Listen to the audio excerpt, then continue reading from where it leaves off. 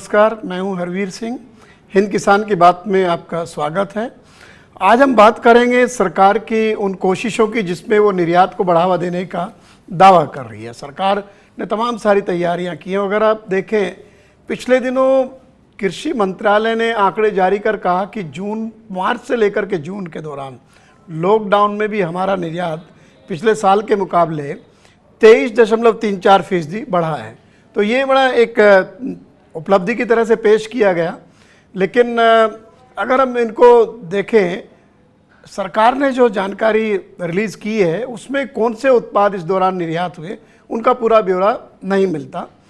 और सरकार के जो पिछले दिनों कदम है उसमें लगातार पिछले 2.5 महीने में हम देखें कई कानून लेकर के आए, कई फैसले किए कि कृषि क्षेत्र को लेकर के तमाम प्राथमिकताएं दिखाने की सरकार ने पूरी कोशिश की है। और जो 3 कानून बदले गए हैं उनमें निर्यात को पूरी तरीके से मुक्त करने की बात है, एक तरह से कि कितना भी आप खरीदें, स्टोर करें, लेकिन निर्यात करें। इसके लिए आवश्यक वस्तु अधिनियम से तमाम सारे उत्पादों को बाहर कर दिया गया, या जो किसानों के साथ सीधी खरीद का जो कानून लाया गया है, जो मंडी के बाहर का, उसमें भी सुविधा दी गई है। तो ये तमाम सारे ऐसी स्थितियां हैं। लेकिन एक बात समझ में नहीं आती कि सरकार ने जिस अवधि के दौरान निर्यात में 23.34% बढ़ोतरी का दावा किया है कृषि उत्पादों की, उसी दौरान में किसानों को अपनी उपज के दाम में भारी गिरावट का सामना करना पड़ा।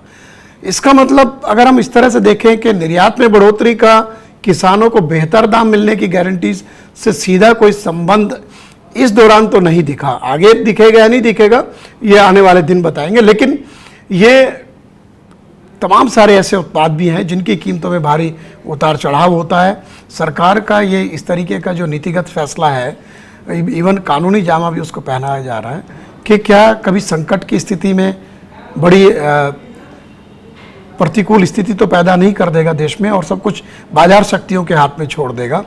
ये तमाम सारे ऐसे मसले हैं कि कई उत्पाद संवेदनशील हैं, जैसे चीनी है, लेकिन चीनी को तो अभी भी आवश्यक वस्तु अधिनियम में रखा गया है।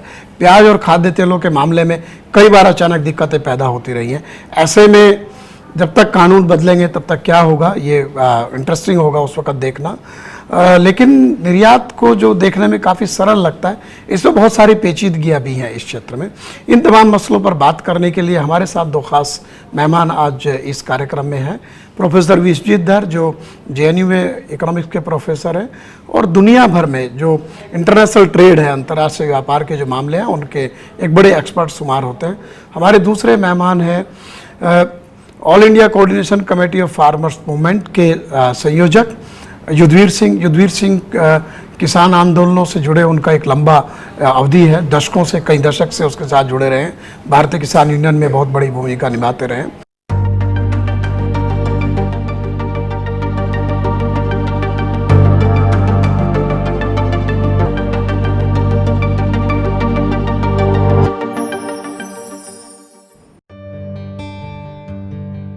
लॉकडाउन में किसानों को हुए नुकसान की खबरों के बीच सरकार का कहना है कि मार्च जून के बीच कृषि निर्यात 23% से बढ़कर 25,553 करोड़ हो गया।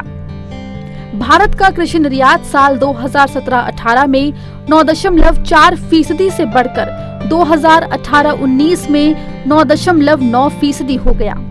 वैसे विश्व व्यापार संगठन के आंकड़े बताते हैं कि विश्व कृषि व्यापार में 2017 में भारत का कृषि निर्यात 2.27% था और आयात 1.90%।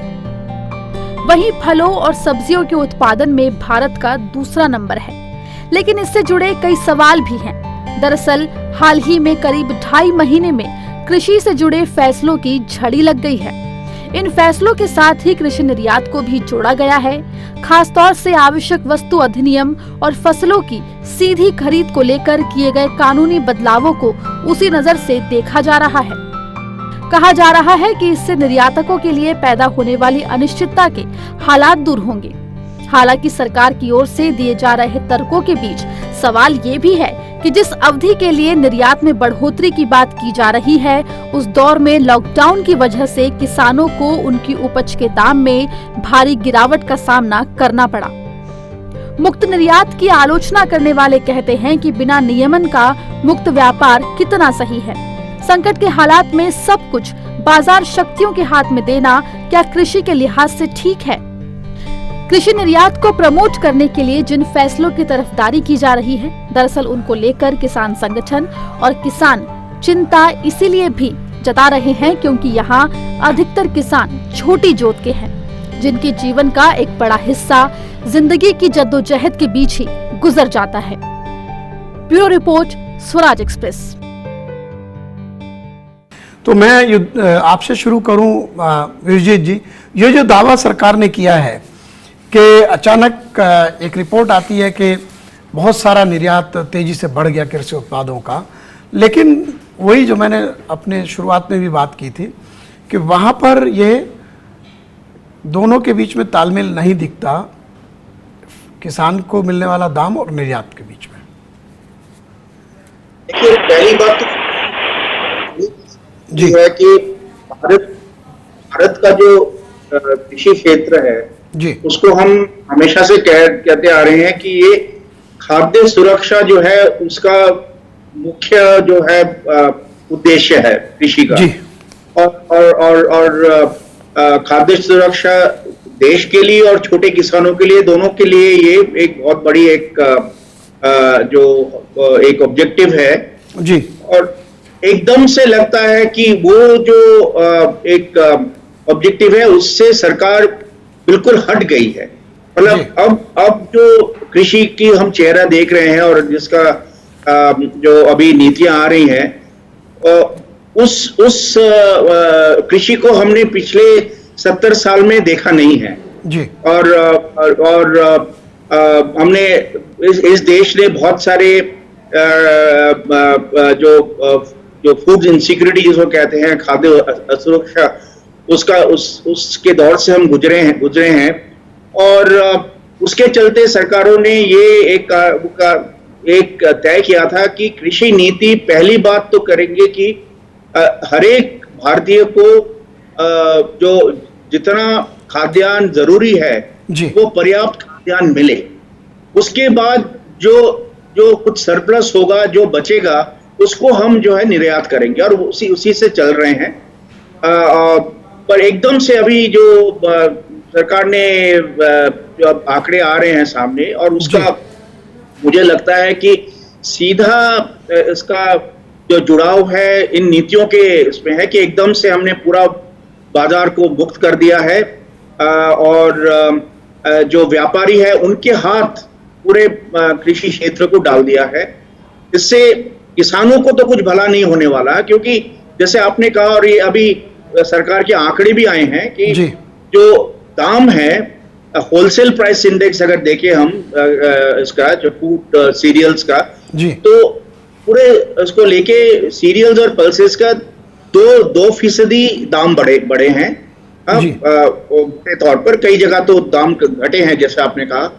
पर अगर कंज्यूमर प्राइस इंडेक्स देखें, जो जिस दाम पे जो कंज्यूमर है, उपभोक्ता है, उसको खरीदता है जी, तो अनाज का जो मूल्य वो है 7% बढ़ा है, तेल जो है वो 12% बढ़ा है और दालें जो है वो 16% बढ़े।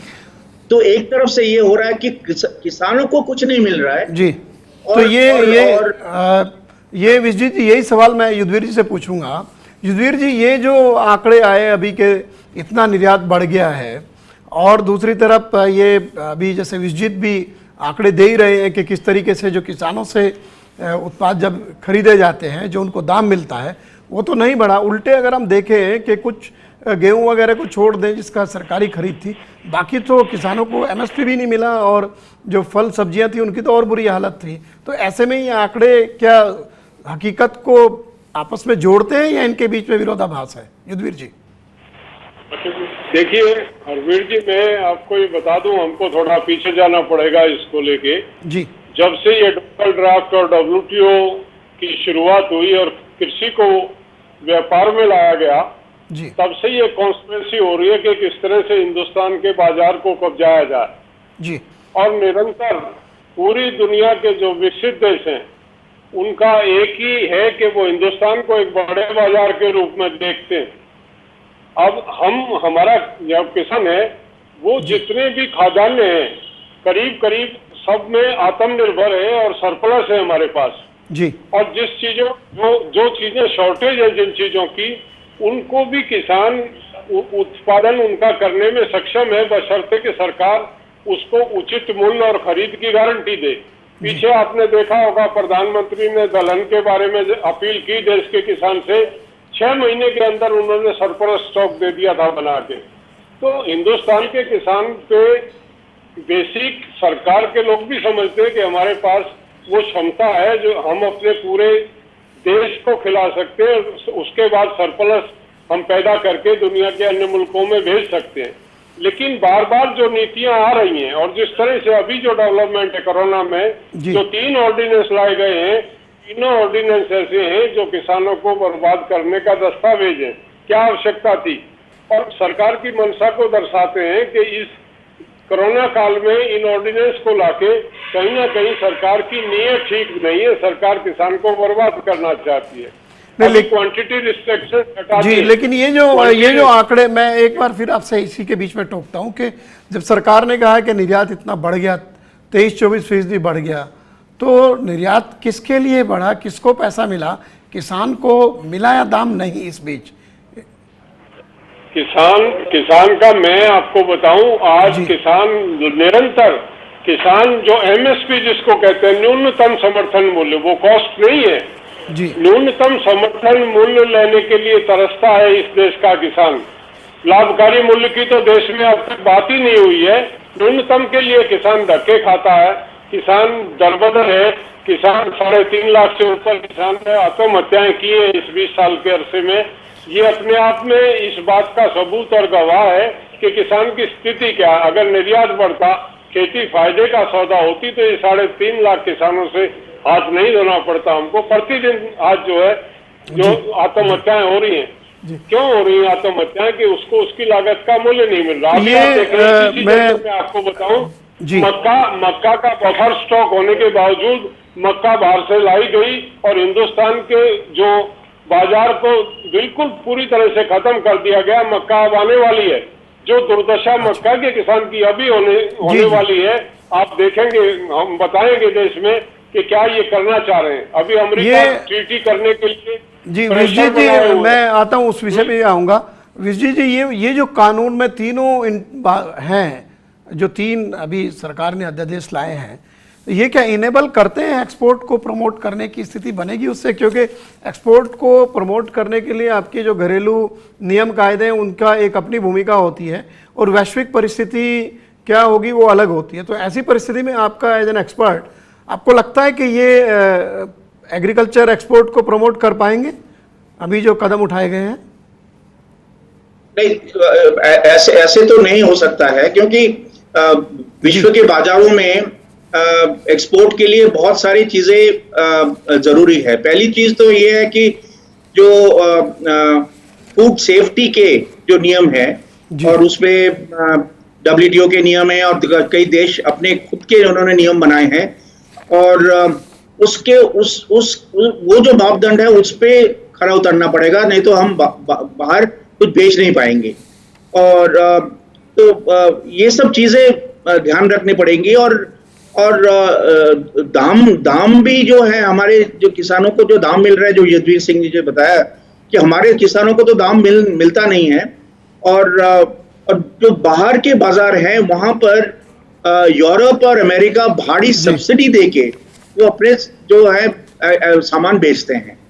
तो एक तरफ से ये है कि किसान जो है वो दबा है, और अगर जो व्यापारी है वो निर्यात करना चाहते हैं और उन दामों के साथ compete करना चाहते हैं, उसके साथ उस प्रतिस्पर्धा के साथ जी, तो ये होगा कि किसानों को और भी कम देंगे, क्योंकि किसान तो वैसे ही पिसा हुआ है। और अगर निर्यात के लिए अगर खरीदे किसानों से, तो किसानों को और भी कम दाम मिलेगा। तो ये जो सिचुएशन, ये परिस्थिति हमने खड़ा किया है निर्यात करने के उसमें, तो इसमें तो किसान वैसे ही बर्बाद हो रहा था, और निर्यात के चक्कर में और भी ज्यादा किसान पे बोझ आएगा। युद्धवीर जी, ये जब हम देखते हैं कि जो देश में जब ज़्यादा उत्पादन होता है खाद्यान्नों का, तो उसको लेकर के सरकार अपना स्टॉक जब बढ़ जाता है उसमें से निर्यात करने लगते हैं हम लोग। अदरवाइज दुनिया में हम लोग गेहूं का उत्पादन करने वाले देशों में काफ़ी आगे हैं, लेकिन जब निर्यात की बात आती है तो हम लोग बहुत पीछे आ जाते हैं। उसमें 34वां स्थान हमारा है, क्योंकि उसमें कोई कंटिन्यूटी तो है नहीं। एक बार हम एक्सपोर्ट करते हैं फिर हम बैन कर देते हैं। इसी तरीके से हम लोग कहते हैं कि फल सब्जी में हम लोग दुनिया के दूसरे तीसरे सबसे बड़े उत्पादक हैं, लेकिन जब एक्सपोर्ट की बात आती है तो हम लोग 14वें 15वें स्थान पे होते हैं। और इसमें भी जो ओवरऑल जब एक्सपोर्ट जब बढ़ता है एग्रीकल्चर का, तो उसमें फूड ग्रेन की स्थिति उसको ज़्यादा आंका जाता है। और ख़ास तौर से जैसे अभी एक्सपोर्ट बढ़ रहा है तो उसमें चीनी का काफ़ी निर्यात हुआ है, इस बार रिकॉर्ड एक्सपोर्ट होने वाला है चीनी का। उसमें हालांकि सरकार ने इंसेंटिव दिया है।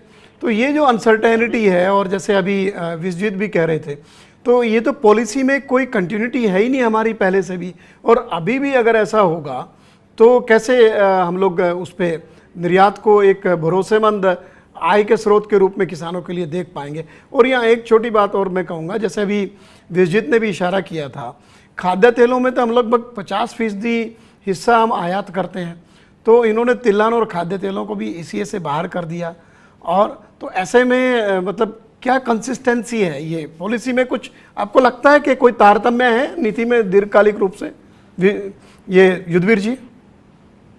देखिए, मैं आपको बताऊं, अभी ये खाद्य तेल की बात हुई, एक जमाना ऐसा था कि हम 97% अपना उत्पादन करते थे और 3% की शॉर्टेज थी हमारे पास। आज 40% की शॉर्टेज पे हैं हम। अगर आप थोड़ा पीछे लौटें तो पाम ऑयल की हिस्ट्री में जाएं आप, जब पाम ऑयल का जो हमने आयात किया और पाम ऑयल हमारी मार्केट में उतरा हिंदुस्तान में, क्योंकि परचेजिंग पावर एक बड़ा सवाल है, क्रय शक्ति कम है लोगों के पास, सस्ता पाम ऑयल बाजार में उतार के, और सस्ता भी वो पाम ऑयल की 2 कैटेगरी थी, एक खाने के लिए, एक साबुन बनाने के लिए। जितने भी बाजार थे, जितने भी होटल्स थे छोटे कस्बों में, शहरों में, वो साबुन बनाने का तेल 20 साल खिलाया इस देश की जनता को। वो सस्ता तेल खिलाने की वजह से हमारा सरसों का, नारियल का, मूंगफली का, हमारा जितना भी जो एडिबल ऑयल का जो किसान था, सरसों का, मैं आपको याद दिला दूं, ये बात 2001-2 की है, जब पाम ऑयल का एक्सपोर्ट हो रहा था, 22 का रेट था सरसों का, एकदम से 800 रुपए सरसों आई थी पाम ऑयल का इंपोर्ट शुरू होने से। हमने मारा अपने तेल के उत्पादक को। हमारी गलत जो नीतियां थी उसकी वजह से बर्बाद हुआ। एडिबल ऑयल में स्थिति ये बनी, 97% से हम 60% के उत्पादन पे आ गए। आज किसान को एश्योर्ड कर दो उसकी कीमत पे, 1 साल नहीं लगाता हिंदुस्तान का किसान सरप्लस पैदा करने में, 1 साल नहीं लगाता। ये सरकार एश्योरेंस दे दे कि उसका उत्पादन को उचित मूल्य पे खरीदा जाएगा। ये एक बहुत बड़ा खेल, एक कॉन्स्पिरेसी है। मैं आपको बताऊं, एग्रीकल्चर मिनिस्ट्री और एक्सपोर्ट जो कॉमर्स मिनिस्ट्री है, जो इंपोर्ट एक्सपोर्ट को देखती है, कोई तालमेल नहीं है। हमारा गेहूं, हम सबसे पहले गेहूं लेके आते हैं। ईस्ट में गेहूं नहीं होता, हिंदुस्तान और पाकिस्तान और हिंदुस्तान से गेहूं का उत्पादन शुरू होता। दुनिया भर के जो गेहूं के उत्पादक देश है वो हमसे पीछे मार्केट में आते हैं। लेकिन विडंबना है, हम अप्रैल में गेहूं पैदा करते हैं, आज तक हमारे पास स्टोरेज कैपेसिटी नहीं है। जब उसमें कीड़ा लग जाता है बरसात में, तब उसको एक्सपोर्ट करने की बात करते हैं। उस कीड़े लगे हुए गेहूं को रिजेक्शन होती है, कंसाइनमेंट वापस आती है। हमने सरकारों को बहुत दफे कहा है, जब आपके पास रिपोर्ट है, आप उस गेहूं को जो अप्रैल में आना है उसको बाहर भेजने का प्रबंध आप दिसंबर जनवरी में करें, और अप्रैल में अगर लदान शुरू हो जाए, कीड़ा लगने से पहले गेहूं निकल जाए, तो हमारा गेहूं नंबर 1 की क्वालिटी का है। उसकी जो लोच है, उससे जो ब्रेड बनती है दुनिया में, उसका कोई मुकाबला नहीं है। लेकिन हमारी गलत नीतियां, कोई भी विश्लेषण नहीं, कोई आपस में रैपिड नहीं है यहाँ डिपार्टमेंट में, किसान की किसी को चिंता नहीं है। मैंने कॉमर्स मिनिस्ट्री में भी जाके बात की है, एग्रीकल्चर में भी बात की है, एक दूसरे की जिम्मेवारी लेने को तैयार नहीं है। वो कह रहे हैं हम ट्रेड के एंगल से देखते हैं। कॉमर्स के लोगों का ये जवाब था मुझे। और एग्रीकल्चर में जाते हैं तो वो ये कहते हैं इंपोर्ट एक्सपोर्ट का काम कॉमर्स देखती है, एग्रीकल्चर मिनिस्ट्री उसमें कुछ नहीं कर सकती। इस तरह के गैर जिम्मेदाराना जहां मंत्री और जहां अधिकारी बैठे हों, वह किसान के सर्वाइवल की कैसे सोचा जा सकता है? ये बिल्कुल। तो ये विजय जी, मैं यही सवाल आपसे अगर करूं कि एक तो कोई कंसिस्टेंसी नहीं है हमारा, जो हम लोग जो प्रोड्यूस एक्सपोर्ट करना चाहते हैं उनके लिए हमने कोई मार्केट ही क्रिएट नहीं की है अपने लिए, जहां हम कंटिन्यूटी में एक्सपोर्ट करें। और जैसे अभी युद्धवीर भी कह रहे थे कि जब पब्लिक स्टॉक्स में ज़्यादा होता है फूड ग्रेन आप एक्सपोर्ट कर देते हैं, उसके बाद आप बंद कर देते हैं। चीनी के दाम थोड़े से देश में बढ़ते हैं तो आप चीनी का एक्सपोर्ट बंद कर देते हैं या साथ के साथ इंपोर्ट करने लगते हैं। ऑनियन में आप करते हैं कि मिनिमम एक्सपोर्ट प्राइस बढ़ा देते हैं और रातों रात एक्सपोर्ट बंद हो जाता है। तो ये जो नीतिगत एक तरीके की खामियां हैं, इसमें जो कंटिन्यूटी नहीं है और कोई एक डिपार्टमेंट या कोई ऐसा विंग नहीं है जो कि रिस्पॉन्सिबिलिटी ले। इसमें कॉमर्स मिनिस्ट्री की अपनी भूमिका है, कंज्यूमर अफेयर्स की अपनी है, एग्रीकल्चर की अपनी है, एपिडा अलग से काम करती है। तो ये सारा इतना घालमेल है, तो कोई भी दीर्घकालिक नीति बना करके कोई फैसला तो होता नहीं। तो अभी भी इसमें क्या लगता है आपको, ये जो कदम उठाए जा रहे हैं और फिर दूसरे ट्रेडर की अपनी लॉबी है, वो अपने हिसाब से फैसले करवाते हैं, यहाँ डोमेस्टिक कंजम्पशन हो या एक्सपोर्ट मार्केट हो? देखिए अरविंद जी, मैंने पहले भी आपसे एक बार कहा था, बताया था कि जी सबसे बड़ी विडंबना इस देश की ये है कि 70 साल से ज्यादा हो गए और इस देश में एक कृषि नीति नहीं है जी। सबसे बड़ी समस्या तो ये है। अब आप यूरोप को देख लीजिए, यूएस को देख लीजिए, हर कुछ साल में, अमेरिका में हर 4 साल में उनकी एक एग्रीकल्चर पॉलिसी निकलती है जी। और 4 साल में किसान को क्या दिया जाएगा, किसान का क्या एक तरह से भविष्य है, और आगे की 4 साल की आगे की भी बात उसमें है।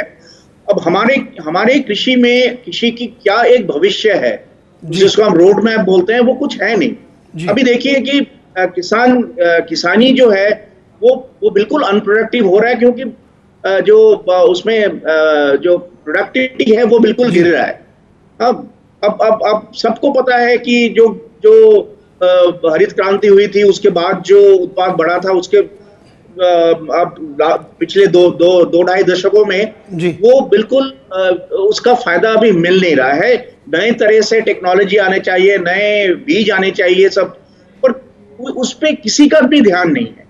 और तो जितना हमारे पास पहले हमने एक स्टडी किया था, शोध किया था, उसमें हमने देखा था कि यील्ड जो है एक एकड़ में कितना हम उत्पाद करते हैं।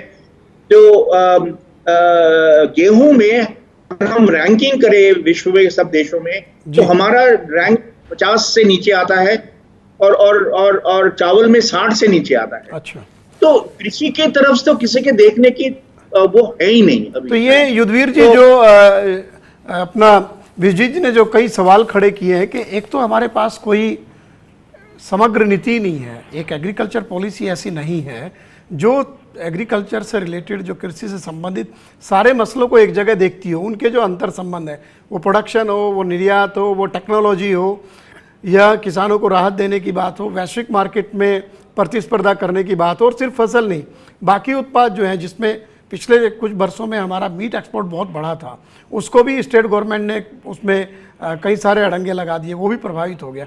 तो ये जो तालमेल का भारी अभाव है, ऐसे में जो एक्सपोर्ट प्रमोशन फोरम बनाने के मौके पे आंकड़े जारी किए कृषि मंत्री ने, तो आपको लगता है कि इनका कोई मायने हैं जब तक के कोई एक सोची समझी पुख्ता नीति ना हो? युद्धवीर जी। बिल्कुल अरविंद जी, हमने ये कहा कि एक नोडल मिनिस्ट्री बने जी, जो कृषि के तमाम मसले एक जगह बैठ के तय हों। ये कृषि मंत्री आज जो बयान दे रहे हैं, किस हैसियत से दे रहे हैं, निर्यात में उनका क्या रोल है, निर्यात के क्षेत्र में, आयात निर्यात में कृषि मंत्रालय का कोई लेना देना नहीं है। बयान इरिलीवेंट बयान देने का मतलब क्या है इतने बड़े देश के सामने आदमी को? युद्धवीर जी, थोड़ा समय की कमी है। विजय जी, एक कमेंट मैं आपसे चाहूंगा कि एक मसला हमारा होता है, हमारा जो इंफ्रास्ट्रक्चर है, ये शिपिंग का, पोर्ट्स का, खासतौर से कमोडिटी एक्सपोर्ट्स में, क्योंकि बहुत बल्क एक्सपोर्ट्स होते हैं, क्या हम लोग तैयार हैं उस सब के लिए जो अंतर्राष्ट्रीय दूसरी जगहों पे परिस्थितियां हमसे बहुत बेहतर है और ये हमारी कॉस्ट ही ज़्यादा कर देता है? और ओवरऑल इस पूरे मसले को आप एग्रीकल्चर एक्सपोर्ट के नज़रिए से किस तरह आंकते हैं? एक आखिरी आपका कमेंट चाहूँगा, छोटा सा।